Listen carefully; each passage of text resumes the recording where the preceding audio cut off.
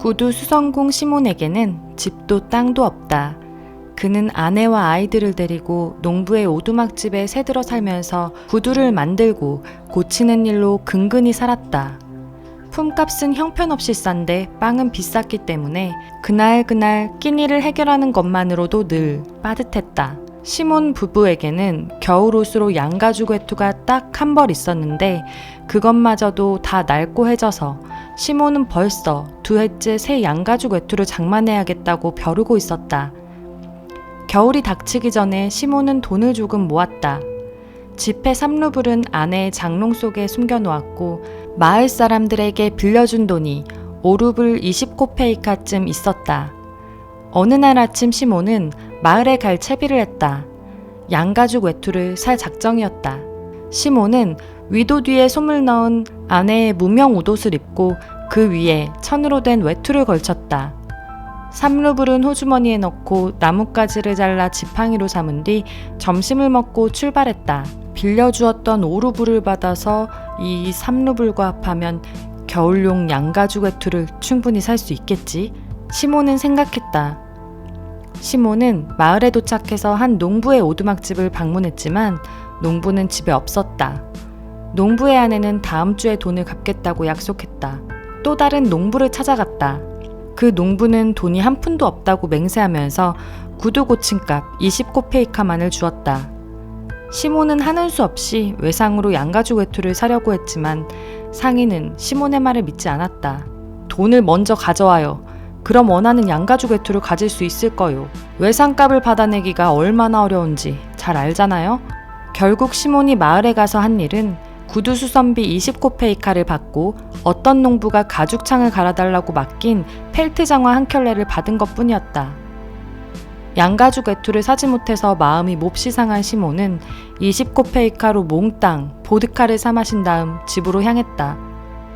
아침에는 몸이 얼어붙을 듯이 추웠지만 양가죽 외투를 입지 않았는데도 몸이 따뜻했다.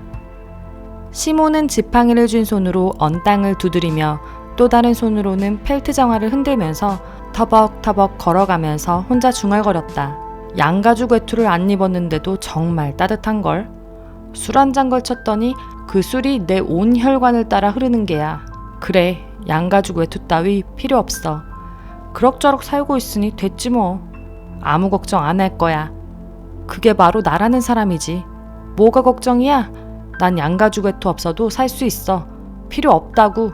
물론 아내는 안달할 거야. 온종일 일한 대가를 받지 못하는 것도 분명히 한심한 일이고. 아, 만약 그 돈을 가져오지 않으면 정말이지 빼앗아버리고 말 거야. 도대체 20코페이카로 내가 뭘 할 수 있겠어? 그저 한 장 걸치는 게 고작이야. 당신은 나보고 돈이 없어 쩔쩔맨다고 말하지? 그래, 그럴지도 몰라. 하지만 당신은 집도 있고 소도 있고 모든 걸 다 가졌어. 그런데 난 어떻지? 이렇게 입고 있는 게 전부야. 당신은 곡물을 재배해서 먹지만 난 모든 곡식을 사야 해. 빵을 사는 데만 매주 3루블을 써야 한다고. 이제 집에 돌아가면 빵도 떨어졌을 테고 그러면 또 1루블 50코페이카를 써야 해. 그러니까 제발 변명 같은 거 하지 말고 내게 진 빚을 갚아. 이제 시몬은 길모퉁이에 있는 교회 가까이 다가가고 있었다. 그런데 교회 뒤에서 뭔가 희끄무레한 것이 보였다. 햇빛이 희미해지고 있어서 시몬은 그게 무엇인지 알 수 없었다. 그는 물끄러미 쳐다보았다. 전에는 휜돌이 없었는데 손가 소 같지는 않은데 머리 모양이 사람 같기도 하고 하지만 너무 하얗잖아. 게다가 사람이 저런 곳에서 뭘 하고 있겠어? 시몬이 가까이 다가가는 동안 물체는 점점 뚜렷이 보이기 시작했다.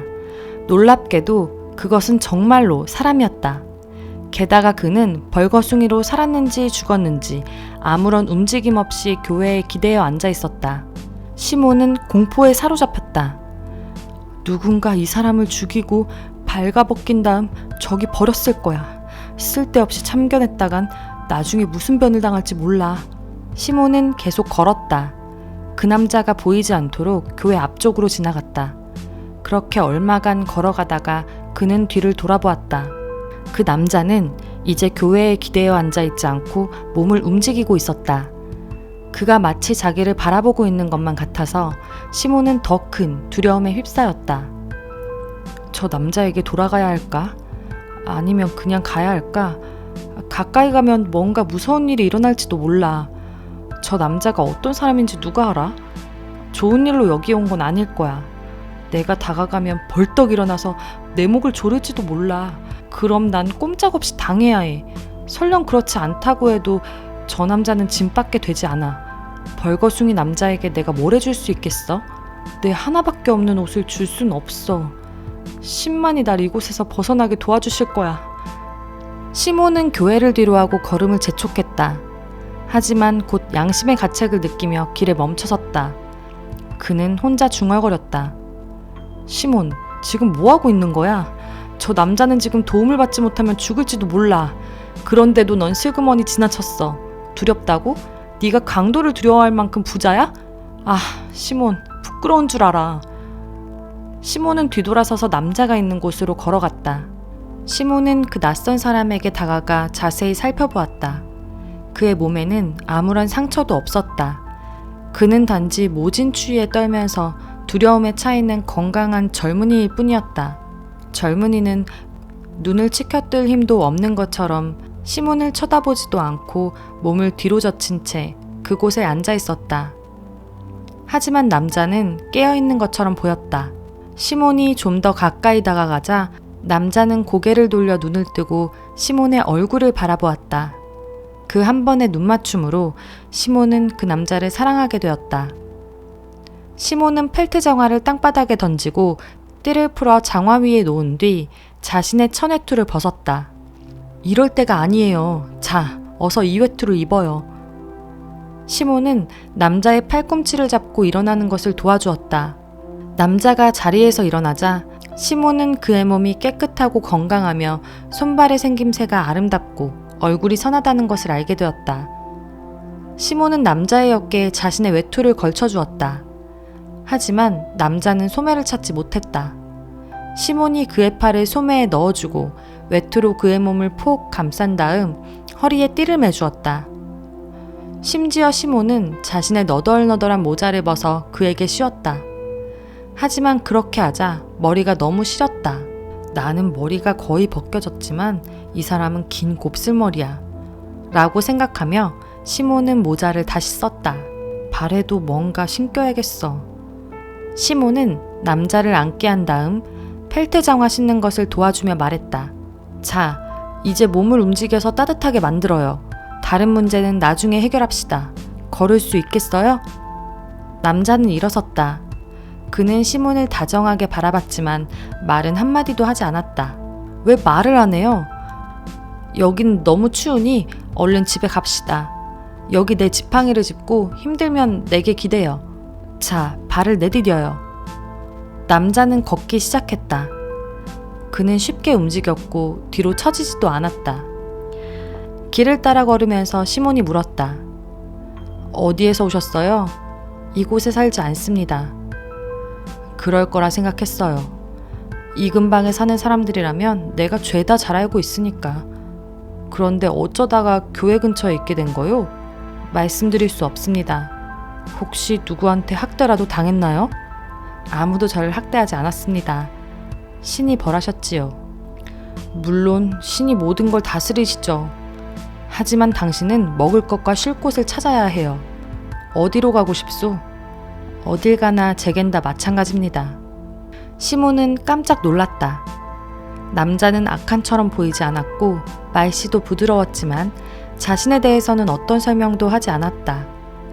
세상에는 말 못할 사정도 있는 법이라고 시몬은 속으로 생각했다. 그럼 일단 우리 집으로 갑시다. 적어도 잠시 몸을 녹일 수는 있을 테니. 시몬이 낯선 남자에게 말했다. 시몬은 집을 향해 걸어갔다. 낯선 남자는 시몬의 옆에서 시몬을 따라 걸었다. 바람이 세차게 불었다. 시몬은 옷 속으로 파고드는 한기를 느꼈다. 이제 술 기운이 가시고 있었고 온몸이 얼어붙을 것 같은 추위를 느끼기 시작했다. 시몬은 코를 훌쩍거리며 솜을 넣은 아내의 옷옷으로 몸을 더욱 꼭 감싸면서 걸어갔다. 그리고 속으로 생각했다. 아, 양가죽 외투. 양가죽 외투를 사러 나갔다가 입고 있던 외투마저 남에게 벗어주고 게다가 벌거벗은 남자를 데리고 집으로 가고 있어. 아내가 뭐라고 할까? 절대로 반기지 않을 거야. 아내를 생각하자 시몬은 슬퍼졌다. 하지만 낯선 남자를 쳐다보고 그가 교회에서 자신을 올려다보았던 모습을 떠올리자 다시 기분이 좋아졌다. 양가죽 외투를 안 입었는데도 정말 따뜻한걸. 술 한 잔 걸쳤더니 그 술이 내 온 혈관을 따라 흐르는군. 그래, 양가죽 외투 따위 필요 없어. 그럭저럭 살고 있으니 됐지 뭐. 아무 걱정 안 할 거야. 그게 바로 나라는 사람이지. 뭐가 걱정이야? 난 양가죽 외투 없어도 살 수 있어. 필요 없다고. 물론 아내는 안달할 거야. 온종일 일한 대가를 받지 못하는 것도 분명히 한심한 일이고. 만약 그 돈을 가져오지 않으면 정말이지 빼앗아버리고 말 거야. 도대체 20코페이카로 내가 뭘 할 수 있겠어? 그저 한 장 걸치는 게 고작이야. 당신은 나보고 돈이 없어 쩔쩔맨다고 말하지. 그래, 그럴지도 몰라. 하지만 당신은 집도 있고 소도 있고 모든 걸 다 가졌어. 그런데 난 어떻지? 이렇게 입고 있는 게 전부야. 당신은 곡물을 재배해서 먹지만 난 모든 곡식을 사야 해. 빵을 사는 데만 매주 3루블을 써야 한다고. 이제 집에 돌아가면 빵도 떨어졌을 테고 그러면 또 1루블 50코페이카를 써야 돼. 그러니까 제발 변명 같은 거 하지 말고 내게 진 빚을 갚아. 시몬의 아내 마트료나는 그날 일찌감치 모든 일을 해치웠다. 나무를 자르고 물을 길어오고 아이들을 먹이고 자신도 식사를 마친 다음 자리에 앉아 생각에 잠겨 있었다. 언제 빵을 만들어야 할까? 지금? 아니면 내일? 아직 큰 빵 조각 하나가 남아 있었다. 남편이 마을에서 요기를 하고 오면 저녁을 많이 먹지 않을 거야. 그럼 저 빵으로 내일까지는 충분할 테고, 남편이 마을에서 요기를 하고 오면 저녁을 많이 먹진 않을 거야. 그럼 저 빵으로 내일까지는 충분할 테고. 마트료나는 손으로 거듭 빵의 무게를 쟀다. 됐어. 오늘은 빵을 더 만들지 말자. 이제 밀가루도 빵을 한 번 더 구울 만큼밖에 남지 않았어. 그걸로 금요일까지 버텨야 해. 마트료나는 빵을 한쪽으로 치우고 탁자에 앉아 남편의 윗옷을 깁기 시작했다. 바느질을 하는 동안 그녀는 남편이 어떤 양가죽 외투를 사고 있을지 생각했다. 상인이 남편을 속이지 말아야 할 텐데 착해 빠진 내 남편은 지나치게 성실하고 정직해서 아무도 속이지 못하지만 어린 아이들조차도 남편을 속일 수가 있거든. 8루블이면 꽤 많은 돈이니까 좋은 외투를 살 수 있을 거야. 무드질한 가죽은 아니더라도 괜찮은 겨울 외투로 말이야. 지난 겨울엔 따뜻한 외투가 없어서 정말 힘들었어. 강에 가는 건 고사하고 도무지 외출이란 걸 할 수가 없었지. 남편이 우리가 가진 옷을 모두 입고 나가면 내가 입을 옷이 하나도 없었으니까. 아침 일찍 출발하진 않았지만 이제 슬슬 돌아올 때가 됐는데 설마 술집으로 가진 않았겠지? 마트료나가 그렇게 생각하는 순간 문간에서 발소리가 나더니 누군가 들어오는 소리가 들렸다. 마트료나는 바느질을 멈추고 문간으로 나갔다. 남편 시몬과 함께 모자도 없이 펠트 장화를 신고 있는 웬 남자가 문 앞에 서 있었다. 마트료나는 즉시 남편에게서 풍기는 술 냄새를 맡았다. 술을 마셨어? 남편은 외투도 없이 우돈만을 입은 채였고 손에는 아무런 꾸러미도 들고 있지 않았다. 면목 없다는 표정으로 말없이 서 있는 남편을 보자 마트료나는 실망감에 화가 치밀기 시작했다. 그 돈으로 술을 마시고 술집에 있던 아무짝에도 쓸모없는 남자를 집으로 데리고 온 거야? 마트료나는 생각했다. 마트료나는 두 사람을 오두막집 안으로 들여보내고 뒤따라오면서 그 낯선 남자가 젊고 훌쭉하며 남편의 외투를 입고 있다는 걸 알게 되었다. 외투 안에는 아무것도 입지 않은 것처럼 보였고 모자도 없었다. 집 안에 들어온 뒤 그 남자는 움직이지도 않고 눈을 들지도 않은 채 서 있었다. 마트료나는 생각했다. 나쁜 사람이 틀림없어. 두려워하고 있잖아. 마트료나는 눈살을 찌푸렸다. 그리고 화덕 옆에 서서 남편과 낯선 남자가 무엇을 하는지 지켜보았다. 시몬은 마치 아무 일도 없는 것처럼 모자를 벗고 의자에 앉았다. 여보, 저녁이 준비됐으면 좀 내오구려. 마트료나는 입속으로 혼잣말을 중얼거리며 화덕 옆을 그대로 움직이지 않고 서 있었다. 그리고 번갈아 두 사람을 쳐다보고는 고개를 젓기만 했다. 시몬은 아내가 화난 것을 알았지만 모르는 척했다. 그리고 아무것도 눈치채지 못한 사람처럼 낯선 남자의 팔을 잡아당겼다. 앉아요. 함께 저녁 먹읍시다. 낯선 남자가 의자에 앉았다. 여보, 오늘 저녁은 뭐해요? 설마 아무것도 안 만들었어요? 시몬이 물었다. 마트료나는 화가 치밀어 올랐다. 만들었지만 당신 줄 건 없어요. 술을 마셔서 제정신이 아닌가 본데요? 양가죽 외투를 사러 나간 사람이 그래 입고 나간 외투마저 벗어서 남주고 저 벌거숭이 불황자를 집에 데리고 들어와요? 당신 같은 주정뱅이한테 줄 저녁은 없어요. 그만해요, 마트료나. 잘 알지도 못하면서 함부로 말하면 안 되지. 이 사람이 어떤 사람인지 먼저 묻는 게 그 돈으로 대체 뭘 했는지부터 먼저 말해봐요. 시몬은 웃옷 주머니를 뒤져서 3루블 지폐를 꺼내 탁자에 펴놓았다. 돈은 여기 있어요. 트리포노프는 돈을 주지 않았지만 곧 갚겠다고 약속했고. 마트료나는 더욱 화가 났다. 남편은 양가죽 외투를 사지도 않았고 하나밖에 없는 외투를 벌거벗은 남자에게 준 데다 심지어 그를 집으로 데려온 것이다. 마트료나는 탁자에서 지폐를 확 집어 안전한 곳에 가져다 놓은 뒤 말했다. 당신들에게 줄 저녁은 없어요. 우린 세상에 있는 모든 벌거벗은 불황자들을 먹일 수 없다고요. 여보, 말 조심해요. 우선 사람 말은 들어봐야 할 거다니요. 술 취한 바보한테서 지혜로운 소리를 참 많이도 듣겠군요. 처음부터 당신 같은 술고래와는 결혼하고 싶지 않았어요. 우리 어머니가 주신 리넨도 술로 없애버리더니 이제 외투를 살 돈으로 술을 마셔요? 그것도 잔뜩 취할 만큼. 시몬은 아내에게 20코페이카밖에 쓰지 않았으며 그 남자를 어떻게 발견하게 됐는지 설명하려고 했지만 마트료나는 한마디도 말할 기회를 주지 않았다. 쉴 새 없이 짓거리면서 10년 전의 일들까지 끄집어냈다. 결국 그녀는 시몬에게 달려들어 소매자락을 붙잡았다. 내 옷 내놔요. 그거 내가 가진 유일한 웃옷이에요. 당신이 기어코 내게서 빼앗아 입었죠. 빨리 벗어놓고 악마한테나 가버려요. 시몬은 웃옷을 벗기 시작했다. 소매가 뒤집혀 벗겨진 것을 마트료나가 잡아당기는 바람에 솔기가 터졌다. 마트료나는 옷을 낚아채서 급히 입더니 문 쪽으로 걸어갔다. 밖으로 나갈 생각이었지만 결정을 하지 못하고 그 자리에 멈췄다. 밖에 나가 화를 가라앉히고 싶었지만 그 낯선 남자가 어떤 사람인지도 알고 싶었다. 저 사람이 좋은 사람이라면 벌거벗고 있지는 않았을 거예요. 어떻게 윗도리 하나 걸치지 않을 수 있죠? 만약 저 사람이 믿을 만한 사람이라면 당신은 저 사람을 어디에서 만났는지 말했을 거예요. 마트료나가 말했다. 내가 말하려는 게 바로 그거예요. 시몬이 대답했다. 교회에 가까이 왔을 때 저 남자가 시로라기 하나 걸치지 않고 꽁꽁 얹혀 앉아있는 걸 보았어요.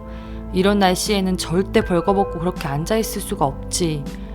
신이 나를 저 남자에게 보내지 않았다면 저 사람은 죽었을 거예요.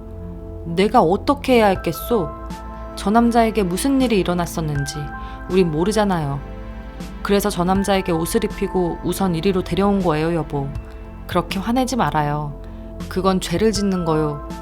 격한 말이 입술까지 치솟았지만 마트료나는 그 낯선 남자를 쳐다보고 침묵했다. 그는 의자 모서리에 앉아 두 손을 무릎 위에 포개고 머리를 수그린 채 조금도 움직이지 않았다. 눈은 감겨 있었고 괴로운 듯 미간이 주름져 있었다. 시몬이 말했다. 여보, 당신에겐 신의 사랑이 없어요? 마트료나는 그 말을 듣고 낯선 남자를 바라보았다. 갑자기 그를 향한 마음이 누그러졌다. 마트료나는 문간에서 발길을 돌려 화덕이 있는 곳으로 갔다. 곧 그녀는 저녁을 차려 내왔다. 탁자 위에 잔을 올려놓고 크바스를 따랐다. 그러고 나서 마지막 남은 빵을 꺼내놓고 칼과 숟가락을 놓았다. 어서 드세요. 마트로나가 말했다. 시몬은 낯선 남자를 탁자로 끌었다. 젊은이, 이리 와 앉아요. 시몬이 빵을 잘라 잘게 부순 뒤 스프에 넣었고 두 사람은 먹기 시작했다. 마트로나는 탁자 귀퉁이에 앉아 손으로 턱을 괴고 낯선 남자를 쳐다보았다. 낯선 남자가 불쌍하게 생각되었고 그리고 좋아지기 시작했다. 그러자 곧 낯선 남자의 얼굴이 환해지며 미간의 주름이 사라졌다. 그는 눈을 들어 마트로나를 보고 미소를 지었다. 저녁 식사가 끝나자 마트로나가 식탁을 치우고 나서 낯선 남자에게 묻기 시작했다. 어디에서 왔어요? 이곳에 살지 않습니다. 그런데 어쩌다가 그곳에 있게 됐어요? 말씀드릴 수 없습니다. 강도를 만났나요? 신이 벌하셨습니다. 그래서 벌거숭이로 그곳에 누워 있었던 거예요? 네, 벌거벗고 추위에 얼어붙어 있었죠. 시몬이 저를 보고 가엾게 여겼습니다. 외투를 벗어서 저에게 입히고 이곳으로 데려왔죠. 그리고 당신은 제게 먹을 것과 마실 것을 주고 동정을 보여주었습니다. 신이 보답하실 거예요. 마트료나는 자리에서 일어나 아까 기웠던 시몬의 낡은 윗옷을 가져다가 낯선 남자에게 주고 바지도 한 벌 내주었다. 안에 아무것도 안 입었던데. 이거 입고 다락이든 난로가든 편한 곳에 누워요. 낯선 남자는 외투를 벗고 옷을 입은 뒤 다락에 누웠다. 마트로나는 촛불을 끄고 외투를 들고서 남편이 누워있는 난로가로 갔다. 마트로나는 외투로 몸을 덮고 자리에 누웠지만 잠이 오지 않았다. 그 낯선 남자가 머릿속에서 떠나지 않았다. 그가 마지막 남은 빵을 먹었고 내일 먹을 게 아무것도 없으며 자신이 내어준 윗옷과 바지를 생각하자 마트로나는 몹시 슬펐다. 하지만 자신을 보며 미소 짓던 모습이 떠오르자 다시 기분이 좋아졌다. 마트로나는 오래도록 깨어있었고 시몬 역시 깨어있다는 걸 알게 되었다. 시몬이 자신 쪽으로 외투를 끌어당겼다. 여보, 응? 저녁에 먹은 게 마지막 빵이었어요. 아침에 구울 빵도 준비해놓은 게 없어요. 내일 어떡하죠? 이웃에 사는 마사한테 좀 얻을 수 있을지 모르겠네요. 살아있다면 먹을 걸 찾게 될 거예요. 마트로나가 잠시 가만히 누워있다가 물었다. 좋은 사람 같은데 왜 자신이 누군지 말하지 않을까요? 이유가 있겠죠. 여보, 응? 우리는 이렇게 남을 도와주는데 왜 우리를 도와주는 사람은 아무도 없는 거죠? 시몬은 뭐라고 말해야 할지 몰라서 다만 그만 얘기하고 잡시다 라고 말한 뒤 돌아누워 잠을 청했다. 다음 날 아침 시몬이 눈을 떴을 때 아이들은 아직 잠들어 있었고 아내는 빵을 구하기 위해 이웃집에 가고 없었다. 낯선 남자는 낡은 윗옷과 바지를 입고 의자에 홀로 앉아 위를 올려다보고 있었다. 얼굴이 전날보다 더 빛났다. 배는 빵을 필요로 하고 벌거벗은 몸은 옷을 필요로 하지. 살기 위해서는 누구나 일을 해야 한다오. 당신은 무슨 일을 할 줄 아시오? 시몬이 그에게 말했다. 아무것도 모릅니다. 시몬은 깜짝 놀랐다. 배우면 되죠. 원하기만 하면 사람은 뭐든 배울 수 있어요. 시몬이 말했다. 사람이 일을 해야 한다면 저 역시 해야죠. 이름이 뭐요? 미카엘입니다. 미카엘, 자신에 대해 말하고 싶지 않다면 그건 알아서 해요. 하지만 먹을 건 스스로 벌어야 해요. 여기서 내가 가르쳐주는 대로 일을 한다면 음식과 잘 곳은 제공하리다. 신이 보답이 있으시기를. 배우겠습니다. 무엇을 해야 하는지 가르쳐주세요. 시몬은 실을 꺼내 엄지손가락에 걸고 꼬기 시작했다. 아주 쉬워요. 봐요. 미카엘은 시몬이 하는 걸 지켜보았고 시몬처럼 자신의 엄지손가락에 실을 걸고 유령을 파악해 실을 꼬기 시작했다. 시몬은 다시 그 실에 밀을 바르는 법을 가르쳐 주었다. 미카엘은 이 일 역시 금방 능숙하게 해냈다. 그 다음에 시몬은 그 뻣뻣한 실을 어떻게 꼬아서 어떻게 꿰매는지 가르쳐 주었고 미카엘은 이 일 또한 금세 배웠다. 미카엘은 시몬이 가르쳐주는 모든 것을 곧바로 이해했고 사흘이 지나자 마치 평생 동안 구두를 꿰매며 산 사람처럼 일했다. 미카엘은 쉬지 않고 일했다. 그는 조금밖에 먹지 않았고 일이 끝나면 조용히 앉아 위를 올려다보았다. 미카엘은 거의 밖에 나가지 않았고 꼭 필요할 때만 말을 했다. 농담을 하지도 않았고 소리내어 웃는 일도 없었다. 시몬과 마트로나는 맨 처음 마트로나가 두 사람에게 저녁을 차려주었던 날을 제외하고는 미카엘이 미소 짓는 모습을 한 번도 보지 못했다. 그렇게 하루하루가 지나가고 달이 가고 해가 바뀌었다. 미카엘은 시몬과 함께 살면서 이랬다. 이제 사람들은 시몬의 직공만큼 솜씨 좋고 튼튼하게 구두를 꿰매는 사람이 아무도 없다고 말하게 되었다. 가까운 지역에 사는 모든 사람들이 시몬을 찾아왔기 때문에 시몬은 살림살이가 넉넉해지기 시작했다. 어느 겨울날 시몬과 미카엘이 함께 앉아 일을 하고 있을 때 말 세필이 끄는 방울 달린 썰매마차가 오두막집을 향해 달려왔다. 창밖으로 내다보자 마차가 집 앞에 멈추더니 세련된 옷차림의 하인이 마부석에서 뛰어내려 마차 문을 열었다. 털가죽 외투를 입은 부유한 신사가 마차에서 내리더니 시몬의 오두막집으로 걸어왔다. 마트로나는 벌떡 일어나서 문을 활짝 열었다. 부유한 신사는 몸을 굽히고 오두막집으로 들어왔는데 다시 몸을 펴자 머리는 거의 천장에 닿았고 방 안쪽을 꽉 채울 만큼 덩치가 좋았다. 시몬은 일어나서 인사를 하고 놀란 눈으로 남자를 바라보았다. 일찍이 그렇게 큰 사람은 한 번도 본 적이 없었다. 시몬은 말랐고 미카엘은 야위였으며 마트로나는 뼈가 앙상했는데 이 남자는 다른 세상에서 온 사람처럼 불그스름한 얼굴에 우람한 체격하며 목은 황소처럼 굵고 몸 전체가 마치 쇠로 만들어진 것 같았다. 부유한 신사는 숨을 헐떡이며 털가죽 외투를 획 벗어던진 다음 의자에 앉아 말했다. 구두장의 주인이 누군가? 접니다, 나리. 시몬이 앞으로 나오며 대답했다. 부유한 신사가 하인을 향해 소리쳤다. 페드카! 가죽을 가져와! 하인이 꾸러미를 들고 달려오자 남자는 꾸러미를 받아 탁자 위에 올려놓았다. 풀어봐. 하인이 꾸러미를 풀었다. 부유한 신사가 가죽을 가리키며 말했다.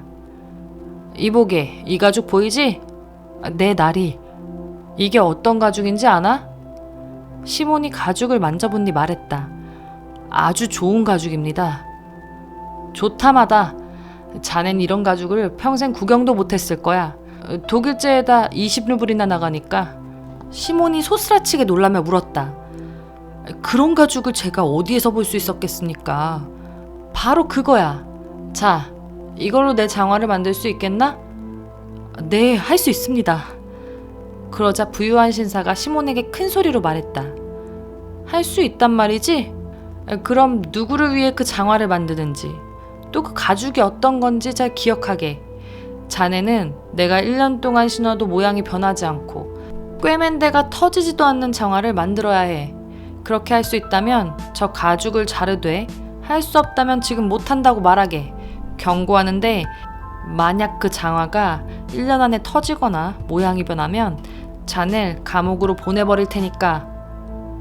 만약 1년 동안 터지지 않고 모양도 변하지 않으면 수고비로 10루블 주지. 시몬은 더러 겁이 났다. 어떻게 해야 좋을지 몰라서 시몬은 미카엘을 흘끗 쳐다보며 팔꿈치로 슬쩍 찌르면서 속삭였다. 이 일을 맡을까? 미카엘은 고개를 끄덕였다. 시몬은 미카엘을 믿고 1년 내내 모양이 변하거나 터지지 않는 장화를 만들겠다고 약속했다. 부유한 신사는 하인을 불러 왼쪽 다리에 장화를 벗기게 한 다음 다리를 쭉 뻗었다. 치수를 재게. 시몬은 종이자를 17인치 길이로 이어 붙여서 판판하게 편 다음 무릎을 꿇고 앞치마로 손을 깨끗이 닦았다. 부유한 신사의 양말을 더럽히지 않기 위해서였다. 그리고 치수를 재기 시작했다. 발바닥을 재고 발등을 둘러 잰 뒤 장단지를 재기 시작했다. 하지만 종이자가 너무 짧았다. 남자의 장단지는 대들보만큼이나 굵었던 것이다. 다리가 꽉 째지 않도록 해. 시몬은 종이자를 더 이어붙였다. 부유한 신사는 오른쪽 발가락을 실룩실룩 움직거리며 오두막집을 둘러보다 미카엘을 발견했다. 저 사람은 누군가? 제 직공입니다. 장화를 꿰맬 사람이죠. 남자가 미카엘에게 말했다. 이봐, 1년 동안 신을 수 있는 신발을 만들어야 한다는 걸 명심해. 시몬 역시 미카엘을 바라보았다. 미카엘은 부유한 신사를 쳐다보지 않고 마치 누군가 있는 것처럼 남자의 뒤쪽을 응시하고 있었다. 미카엘은 그곳을 계속 바라보다가 갑자기 미소를 짓더니 얼굴이 더 환해졌다. 바보처럼? 뭘 보고 웃는 거야? 부유한 신사가 호통을 쳤다. 장화를 제때 준비하는 게 좋을 거야. 때 맞춰 준비될 겁니다. 미카엘이 말했다. 명심하게. 부유한 신사는 벗었던 장화를 신고 털가죽 외투로 몸을 감싼 뒤 문으로 걸어갔다. 하지만 고개를 숙이는 걸 잊어버리고 그만 문틀에 머리를 부딪히고 말았다. 남자는 욕을 내뱉으며 머리를 문질렀다. 그러고 나서 마차에 올라탄 뒤 사라졌다. 남자가 떠나자 시몬이 말했다. 체구가 대단하군. 나무망치로 내리쳐도 죽지 않을 것 같아. 문틀에 그렇게 부딪혔는데도 별로 아프지 않은가 봐. 그러자 마트로나가 말했다. 저렇게 잘 살면서 어떻게 튼튼하지 않을 수 있겠어요. 죽음조차 저렇게 바위 같은 사람은 건드리지 못할 거예요. 시몬이 미카엘에게 말했다. 일을 맡긴 했지만 이 일로 곤란을 겪게 되면 안 돼. 저 가죽은 엄청 비싸고 그 주인은 성미가 불같으니 절대로 실수하면 안 돼. 자, 자네의 눈이 나보다 더 정확하고 자네 손이 나보다 더 치밀하니 자네가 장화를 이 치수대로 재단하게. 나는 구두 수선하는 일을 마저 끝낼 테니. 미카엘은 시몬이 말한 대로 했다. 가죽을 탁자 위에 펼쳐서 반으로 접은 다음 칼을 잡고 마름질을 시작했다. 마트로나가 와서 미카엘이 마름질하는 걸 지켜보고는 깜짝 놀랐다.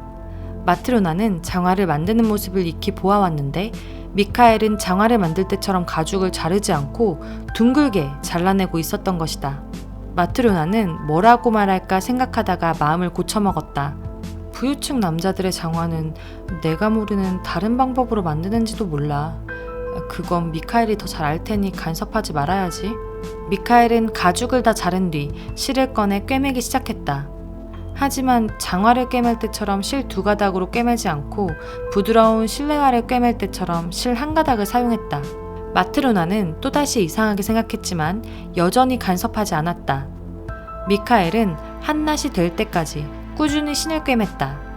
시몬은 식사를 하기 위해 일어나 집안을 둘러보다가 미카엘이 그 부유한 신사의 가죽으로 실내화를 만든 것을 알게 되었다. 아! 시몬은 저도 모르게 신음소리를 냈다. 그는 속으로 생각했다.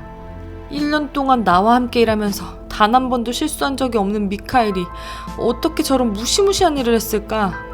그 부유한 남자는 목이 길고 튼튼한 구두코가 있는 장화를 만들라고 주문했는데 미카엘은 창만 있는 부드러운 실내화를 만들어서 가죽만 낭비했어. 이제 어떡하지? 그 신사에게 뭐라고 말하지? 난 죽었다 깨도 저런 가죽을 구할 수 없는데. 시몬이 미카엘에게 말했다. 자네 지금 뭐 하고 있는 겐가? 날 망치려고 작정했나? 그 부유한 남자가 목이 긴 장화를 주문한 걸 자네도 알잖아. 아 근데 대체 이게 무슨 짓이야? 시몬이 미카엘을 비난하기 시작했을 때 곧바로 쾅쾅 문 두드리는 소리와 함께 문간에 달려있는 쇠종이 울렸다. 누군가 급하게 문을 두드리고 있었다. 창밖을 내다보자 어떤 남자가 타고 온 말을 붙들어 메고 있었다. 문이 열리자 그 부유한 신사와 함께 왔던 하인이 들어왔다. 안녕하세요. 안녕하세요. 무슨 일로 오셨습니까? 시몬이 물었다. 저희 여주인께서 그 장화 때문에 저를 이곳으로 보내셨습니다. 장화 때문이라뇨? 시몬이 물었다. 저희 주인님은 이제 그 장화가 필요 없으십니다. 돌아가셨거든요. 뭐라고요? 아니 아까 집으로 가던 길에 마차에서 돌아가셨어요. 집에 도착해서 주인님이 마차에서 내리는 걸 도우려고 하인들이 문을 열었는데 큰 자루처럼 넘어져 계셨어요. 이미 돌아가신 뒤여서 마차 밖으로 꺼낼 수 없을 만큼 몸이 뻣뻣해져 있었죠. 그래서 여주인께서 저를 이곳으로 도로 보내신 거예요. 구두장이에게 가서 이제 장화가 필요치 않으니 장화 대신 시신에게 신길 부드러운 실내화를 급히 만들어달라고 하고 실내화가 준비될 때까지 기다렸다가 가지고 오라고 말이죠. 그래서 이렇게 온 거예요. 미카엘은 남은 가죽을 모아서 돌돌 말고 이미 만들어둔 실내화를 꺼내 함께 포갠 후 앞치마로 닦았다. 그는 남은 가죽과 함께 실내화를 하인에게 건넸다. 하인이 그것들을 받아들고 깜짝 놀라며 말했다. 안녕히 계세요. 당신도요. 해가 바뀌고 또 바뀌어 이제 미카엘은 시몬과 함께 6년째를 보내고 있었다. 미카엘은 전과 다름없이 아무데도 나가지 않았고 꼭 필요한 말만 했으며 6년이라는 세월 동안 딱 2번 미소를 지었다. 한 번은 마트로나가 음식을 주었을 때였고 두 번째는 그 부유한 신사가 그들의 오두막집을 찾아왔을 때였다. 시몬은 미카엘에게 더욱 만족했다. 이제 미카엘에게 어디서 왔는지 절대 묻지 않았고 미카엘이 떠나지 않을까 걱정할 뿐이었다. 어느 날 온 식구가 집에 모여 있을 때였다. 마트로나는 화덕에 솥을 올려놓고 있었고 아이들은 의자를 따라 뛰어다니며 창밖을 내다보고 있었다. 시몬은 한쪽 창가에서 구두를 꿰매고 있었고 미카엘은 다른 쪽 창가에서 뒤축을 붙이고 있었다. 아이들 가운데 하나가 미카엘에게 달려와 미카엘의 어깨에 기대어 창밖을 바라보았다. 미카엘 아저씨, 저기 좀 봐요. 귀부인하고 작은 여자아이들이 이쪽으로 오고 있어요. 우리 집으로 오는 것 같은데요? 그런데 여자아이 하나가 다리를 절어요. 아이가 그렇게 말하자 미카엘은 하던 일을 멈추고 창문으로 고개를 돌려 밖을 내다보았다. 시몬은 깜짝 놀랐다. 미카엘은 절대 창밖을 내다보는 법이 없었는데 이번엔 창문에 얼굴을 바싹 들이대고 뭔가를 응시하고 있었던 것이다. 시몬도 창밖을 내다보았다. 옷을 잘 차려입은 여자가 털가죽 외투에 양털 숄을 걸친 작은 여자아이 2명을 데리고 정말로 자신의 오두막집을 향해 걸어오고 있었다. 여자아이들은 서로 구분할 수 없을 만큼 닮아 있었지만 하나이만 왼쪽 다리를 절고 있었다. 여자는 오두막집 어귀에 들어서더니 출입문이라고 생각하는 곳에서 걸쇠를 찾아 들어올리고 문을 열었다. 여자는 2 아이들을 먼저 들여보내고 뒤따라 오두막집 안으로 들어왔다. 여러분, 안녕하세요. 어서 오세요. 뭘 도와드릴까요? 시몬이 물었다. 여자는 탁자 옆에 앉았다. 작은 2 여자아이들은 오두막집에 있는 낯선 사람들이 두려운 듯 여자에게 꼭 붙었다. 이 아이들에게 봄에 신길 가죽신이 필요해서요. 그렇게 작은 신발을 만들어 본 적은 없지만 할 수 있습니다. 이음매에 테를 두르거나 목을 접을 수 있고 리넨으로 안감을 댄 신으로 말이죠. 여기에 있는 미카엘은 솜씨가 뛰어나거든요. 시몬은 흘끗 미카엘을 보았다. 미카엘은 일을 멈추고 2 눈을 작은 여자아이들에게 고정한 채 앉아 있었다. 그 모습이 시몬을 놀라게 했다. 여자아이들이 검은 눈에 포동포동하고 발그레한 뺨이 이쁘게 생겼으며 또 좋은 목도리와 털가죽 외투를 입고 있는 건 사실이었지만 미카엘이 왜 그런 표정으로 아이들을 쳐다보고 있는지 시몬은 이해할 수 없었다. 그는 마치 아이들을 알고 있는 것 같은 표정이었다. 시몬은 굉장히 의아했지만 여자와 이야기를 계속했고 신발값을 결정했다. 가격을 정한 뒤 시몬은 치수를 잴 준비를 했다. 여자가 다리를 저는 아이를 무릎에 앉히고 말했다. 이 아이의 2 다리를 재주세요. 절룩거리는 발에 신길 신발 하나와 정상적인 발에 신길 신발 3개를 만들어주시면 돼요. 이 애들은 발 크기가 같거든요. 쌍둥이죠. 시몬은 치수를 쟀고 다리를 저는 아이에 대해 물었다. 어쩌다가 이렇게 됐어요? 이렇게 예쁜 아이가 태어날 때부터 그랬나요? 아니에요. 이의 엄마가 다리를 눌러서 뭉개는 바람에 그렇게 됐어요. 그때 마트로나가 가까이 다가왔다. 마트로나는 이 여자가 누구이며 또 이 아이들의 부모가 누구인지 궁금했다. 그럼 당신은 이 아이들의 엄마가 아니세요? 네, 저는 아이들의 엄마도 아니고 친척도 아니에요.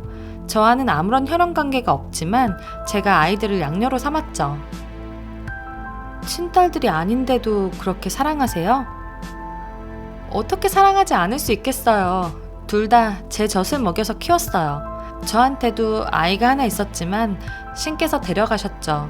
제가 낳은 아이도 지금 이 아이들만큼 사랑하진 않았어요. 그럼 이 아이들의 부모는요? 여자는 그들에게 모든 사연을 들려주었다. 아이들의 부모가 죽은 지 6년이 지났네요. 두 사람은 모두 같은 주에 죽었어요. 아이들의 아빠는 화요일에 죽고 엄마는 금요일에 죽었으니까요. 이 쌍둥이는 아빠가 죽고 사흘 후에 태어났어요. 그리고 엄마는 그날을 넘기지 못하고 죽었죠. 남편과 저는 그때 같은 마을에서 농사를 지으면서 살고 있었어요. 마당을 사이에 두고 바로 이웃해서 살았죠.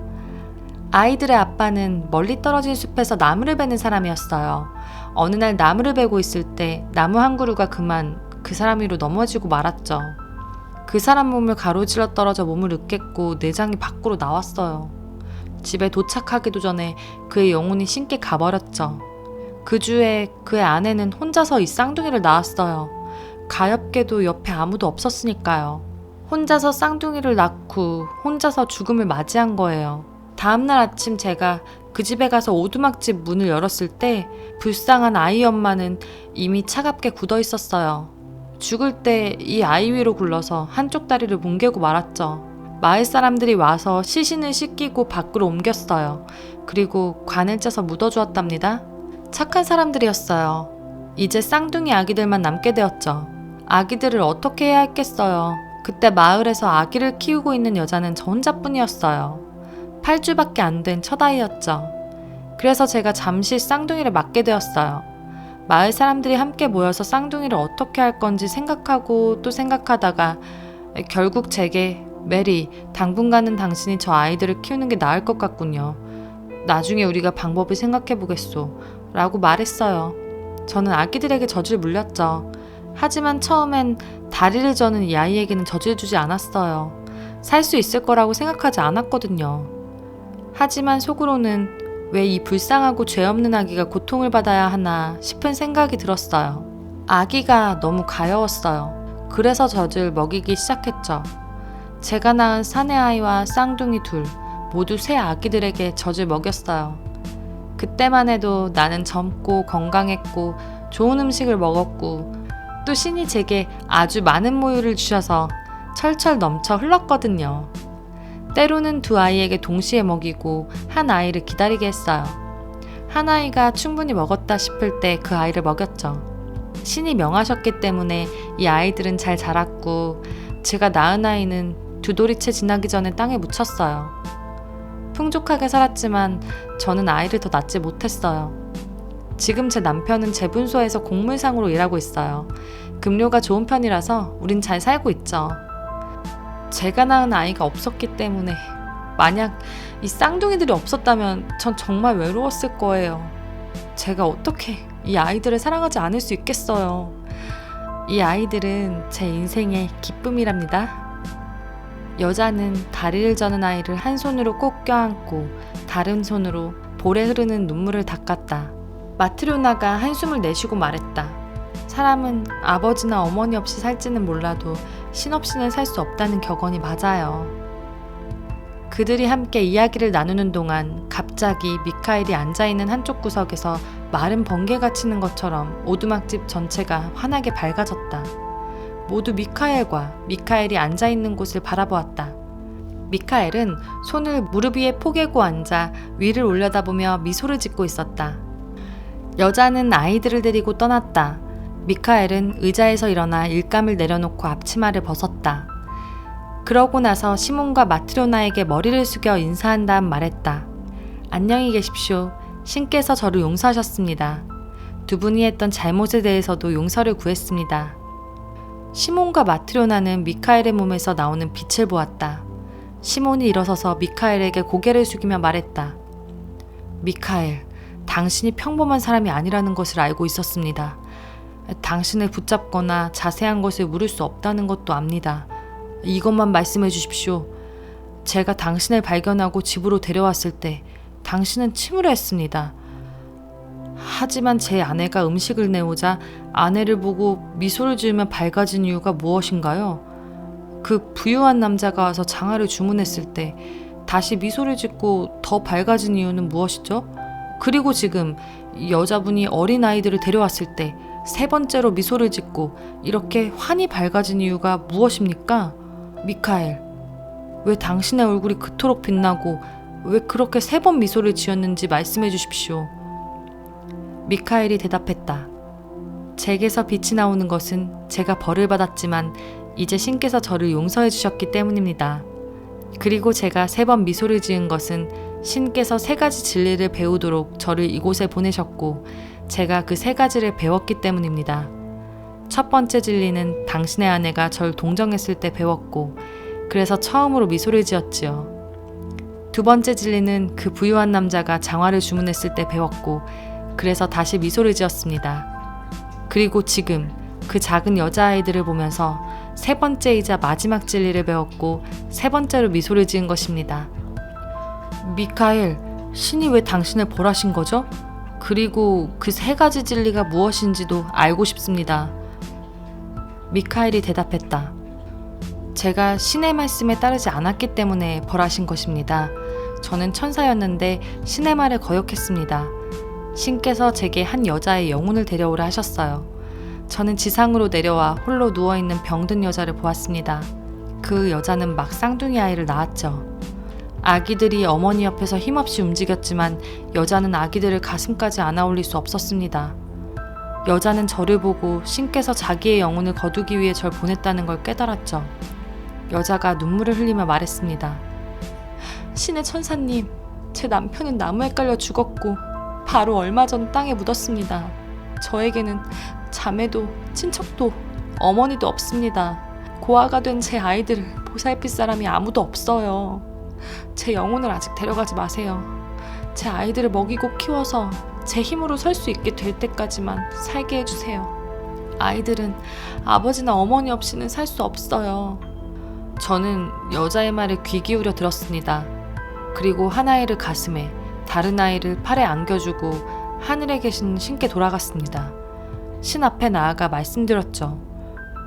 그 어머니의 영혼을 데려올 수 없었습니다. 남편이 나무에 깔려 죽고 쌍둥이를 낳았는데 제 힘으로 설 수 있게 할 때까지 자신의 영혼을 데려가지 말아달라고 간언했습니다. 그리고 아이들은 아버지나 어머니 없이는 살 수 없다고 말했습니다. 저는 그 여자의 영혼을 데려오지 않았습니다. 가서 그 어머니의 영혼을 데려오고 3가지 진리를 배워라. 사람에게 무엇이 있고 사람에게 무엇이 주어지지 않았으며 사람이 무엇으로 사는지를 배워라. 이것들을 배웠을 때 너는 다시 천상으로 돌아오게 될 것이다. 저는 다시 지상으로 내려와 그 어머니의 영혼을 불렀습니다.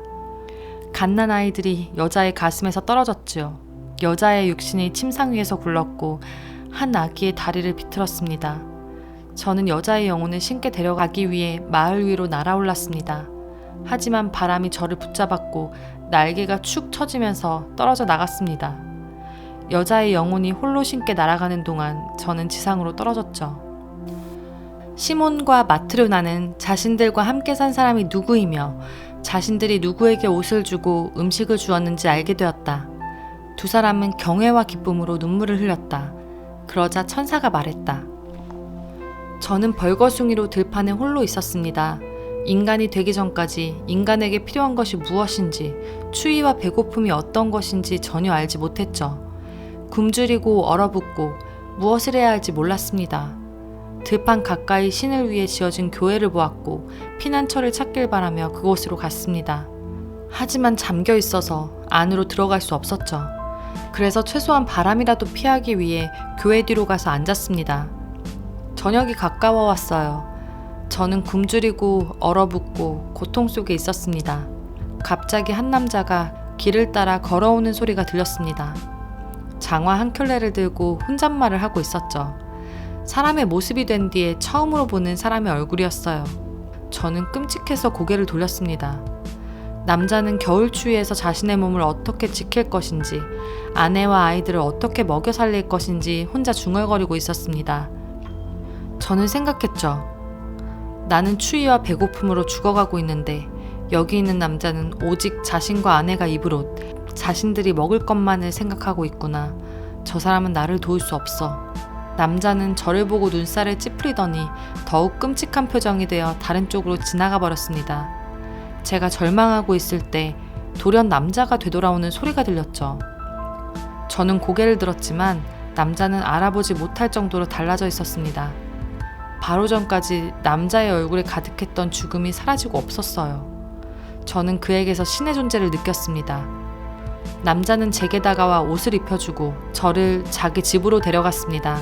집 안으로 들어가자 한 여자가 나와서 말하기 시작했죠. 그 여자는 남자보다 더욱 끔찍했습니다. 죽음의 혼이 여자의 입에서 나왔고 여자 주위에 퍼져있는 죽음의 악취 때문에 숨을 쉴 수가 없었죠. 여자는 저를 추운 곳으로 내쫓고 싶어 했고 저는 만약 그렇게 하면 여자가 곧 죽게 될 것이라는 걸 알고 있었습니다. 갑자기 남편이 신에 대해 말하자 여자가 곧바로 변했습니다. 그리고 제게 먹을 것을 주고 저를 바라보았죠. 이제 더 이상 여자의 얼굴에서 죽음이 보이지 않았습니다. 여자는 살 수 있었고 저는 그녀에게서 다시 신을 보았습니다. 그때 신이 하신 첫 번째 말씀을 기억했습니다. 사람에게 무엇이 있는지 배워라. 그리고 저는 사람에게 사랑이 있다는 것을 깨달았습니다. 신께서 제게 약속하신 것을 이미 보여주기 시작하셨기 때문에 저는 기뻤습니다. 그리고 처음으로 미소를 지었죠. 하지만 아직 배워야 할 것들이 있었습니다. 사람에게 무엇이 주어지지 않았고 사람이 무엇으로 사는지 아직 알지 못했죠. 저는 당신들과 함께 살면서 1년을 보냈습니다. 한 남자가 찾아와 1년 동안 모양이 변하거나 터지지 않는 장화를 주문했습니다. 그 남자의 어깨 뒤에는 죽음의 천사가 서 있었습니다. 다른 사람은 천사를 볼 수 없었지만 저는 죽음의 천사가 해지기 전에 그 부유한 남자의 영혼을 데려갈 거라는 걸 알고 있었습니다. 속으로 생각했죠. 저 남자는 앞으로의 1년을 준비하고 있지만 자신이 저녁이 되기 전에 죽는다는 것을 모르고 있어. 저는 신의 두 번째 말씀을 기억했습니다. 사람에게 무엇이 주어지지 않는지 배워라. 저는 사람에게 무엇이 있는지 이미 배웠습니다. 그리고 이제 사람에게 무엇이 주어지지 않았는지를 알게 되었죠. 사람에게는 자신에게 필요한 것을 아는 힘이 주어지지 않았습니다. 저는 두 번째로 미소를 지었습니다.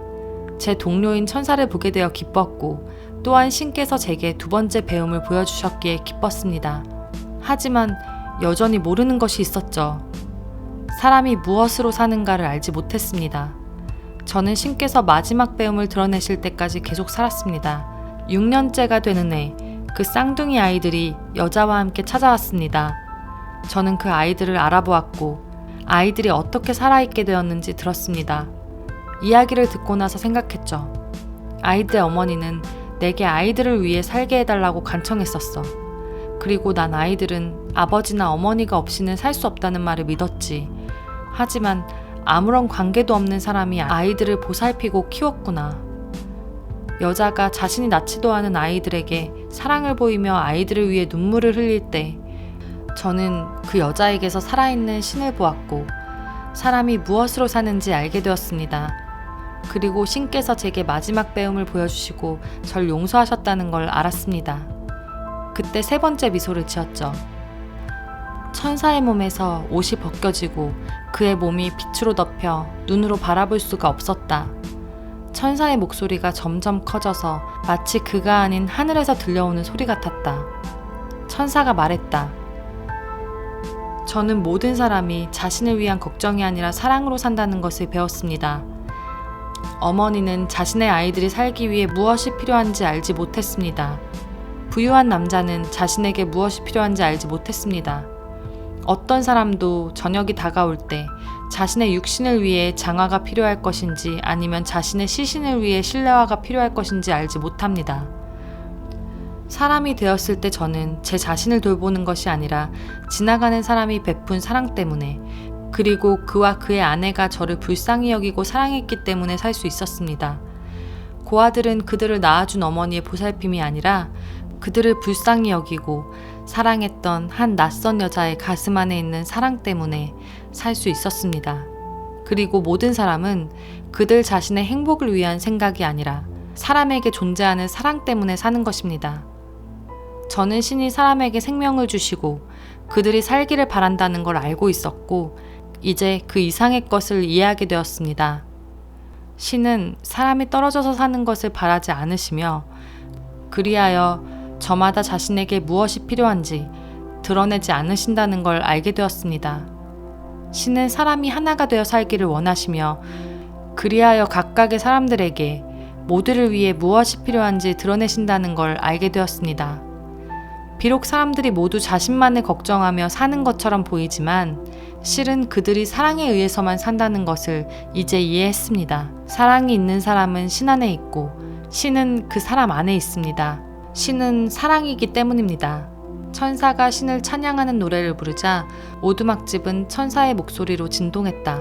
지붕이 열리고 불기둥이 지상에서 하늘로 솟았다. 시몬과 마트로나와 아이들은 바닥에 쓰러졌다.